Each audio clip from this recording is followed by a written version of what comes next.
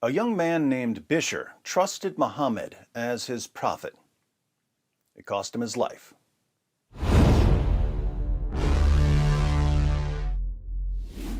Let's continue our logic tutorial with another example of the argument form called modus tollens. This example comes from Muhammad's faithful companion Bishr. You'll recall from our last logic tutorial / thrashing of the most obvious false prophet in history that the argument form modus tollens is if A, then B, not B, therefore not A. For instance, if Fido is a dog, then Fido is a mammal. Fido is not a mammal, therefore Fido is not a dog. The story about a Jewish woman preparing a poisoned meal for Muhammad after Muhammad's followers slaughtered her family in the name of Allah is found throughout the Muslim sources. Various versions of the story frequently mention a companion named Bishr who died after he ate some of the poison. Some versions of the story make it sound as if Bishr died almost immediately, while other versions claim that he survived for up to a year and that he was extremely ill until his death. Different versions of the story also disagree on whether Muhammad preferred the foreleg or the shoulder of the roasted animal, and on whether the poisoned animal was a sheep or a goat.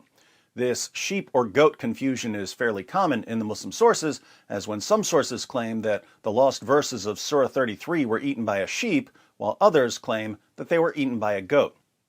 In the following passage from Ibn Sa'd, we learn that as soon as Bishr put the poisoned food in his mouth, he could taste the poison. The food was so thoroughly soaked in poison that he could taste it as soon as he took a bite. But Bishr didn't spit out the food because he saw Muhammad eating it. Let's read. Ibn Sa'd, Volume 2, pages 251 to 252. When the Apostle of Allah, may Allah bless him, conquered Khaybar and he had peace of mind, Zaynab bint al-Harith, the brother of Marhab, who was the spouse of Salam ibn Mishkam, inquired, "Which part of the goat is liked by Muhammad?" They said, "The foreleg." Then she slaughtered one from her goats and roasted it, the meat. Then she wanted a poison which could not fail. The Jews discussed about poisons and became united on one poison. She poisoned the she-goat by putting more poison on the forelegs and shoulder. When the sun had set and the Apostle of Allah, may Allah bless him, returned after leading the people in Maghrib sunset prayers, she sat by his feet. He asked about her. She said, "O Abu al-Qasim."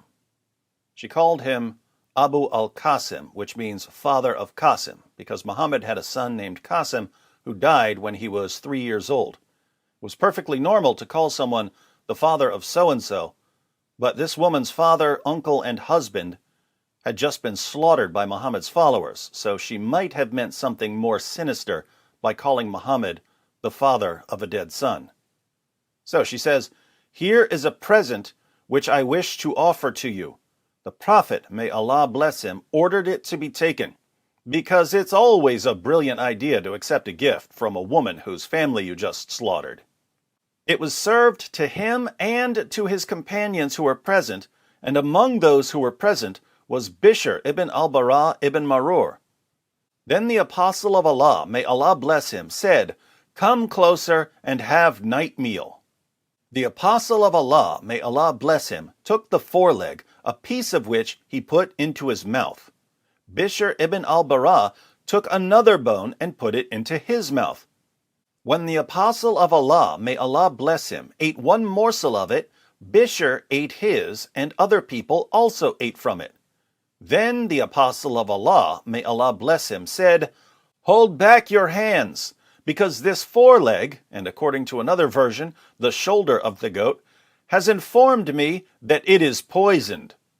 Thereupon Bishr said, "By him who hath made you great, I discovered it from the morsel I took. Nothing prevented me from emitting it out, but the idea that I did not like to make your food unrelishing. When you had eaten what was in your mouth, I did not like to save my life after yours, and I also thought you would not have eaten it if there was something wrong. Bishr did not rise from his seat, but his color changed to that of Telsan, a green cloth. For a year, the pain did not permit him to change his sides, but with the help of others, and then he expired. According to another version, he died before leaving his seat. He, Ibn Sa'd said, a piece of it was dropped before a dog who ate it and died instantaneously without being able to move its foreleg. The apostle of Allah sent for Zainab bint al-Harith and said to her, "What induced you to do what you have done?" She replied, "You have done to my people what you have done. You have killed my father, my uncle, and my husband. So I said to myself, if you are a prophet, the foreleg will inform you. And others have said, if you are a king, we will get rid of you."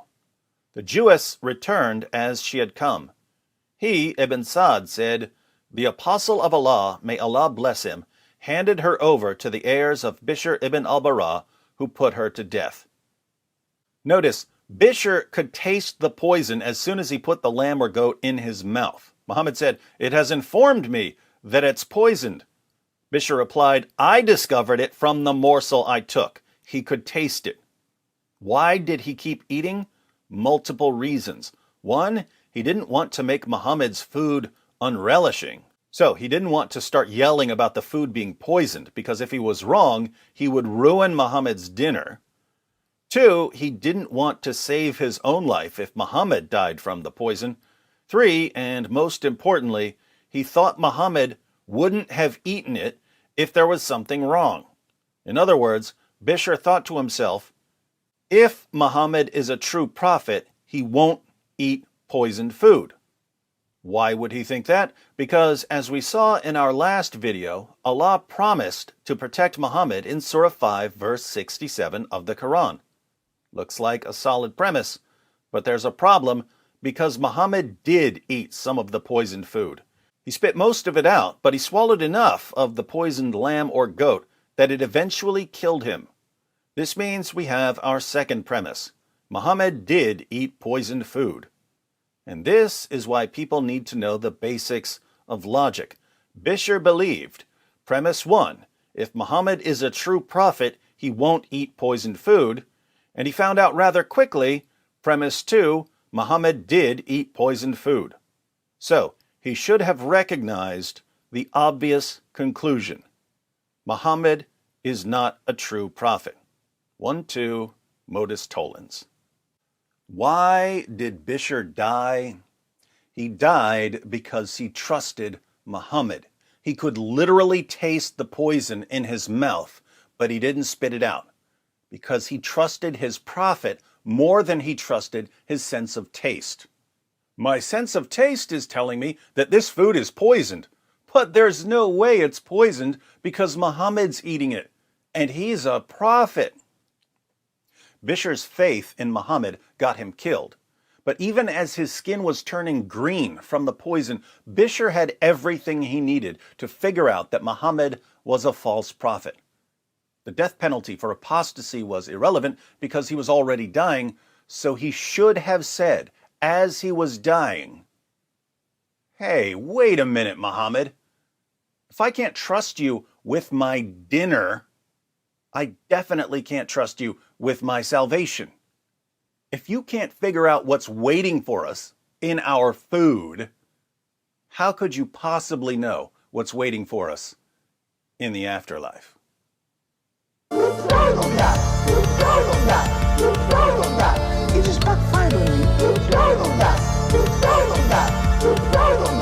It just backfired on me. This is a part of a religion. There's a reason to it. Yeah?